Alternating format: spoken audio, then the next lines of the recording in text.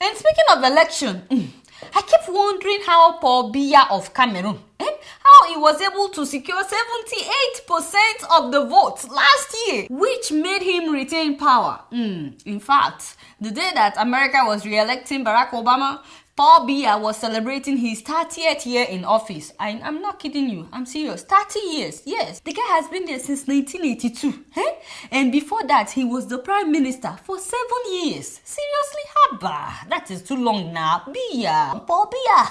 Paul Biya, that is too long. I better give you some water.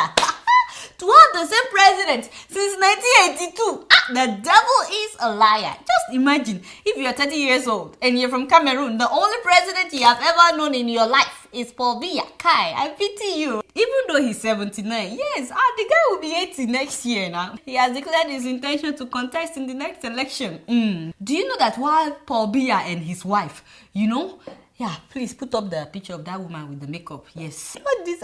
You this way. You have no respect for royalty. Does this look like a first lady to you?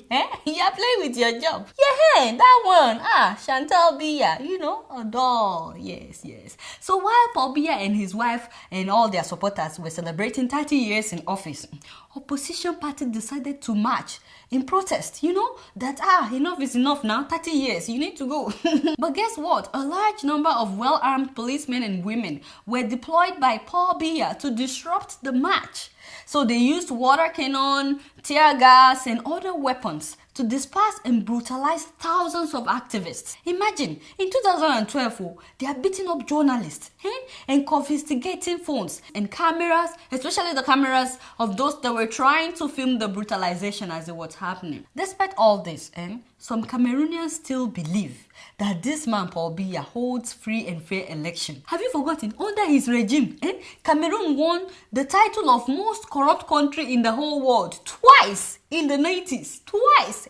This man and his wife, they would go on vacation in France for months. In fact, 3 years ago during their vacation, Paul Biya was allegedly spending $40,000 per day on 43 hotel rooms. In 2008, this man changed the constitution of Cameroon to remove presidential term limits, which means he can run for presidency until he dies. So my beautiful Cameroonian brothers and sisters, please don't give up on your protest. Someday it will pay off. Keep fighting for your rights. If all workers in Cameroon go on strike for a week, Paul Biya will know that it's time for a change. The sad thing is there are still so many people in Cameroon that are supporting him. And those are the ones that make it very difficult for protesters to do anything. Just think about those policemen brutalizing their own people because of one man that has been ruling them for decades. It's just sad. And sex strike is also a very good method. Yes, I can't say much about that because I'm very innocent.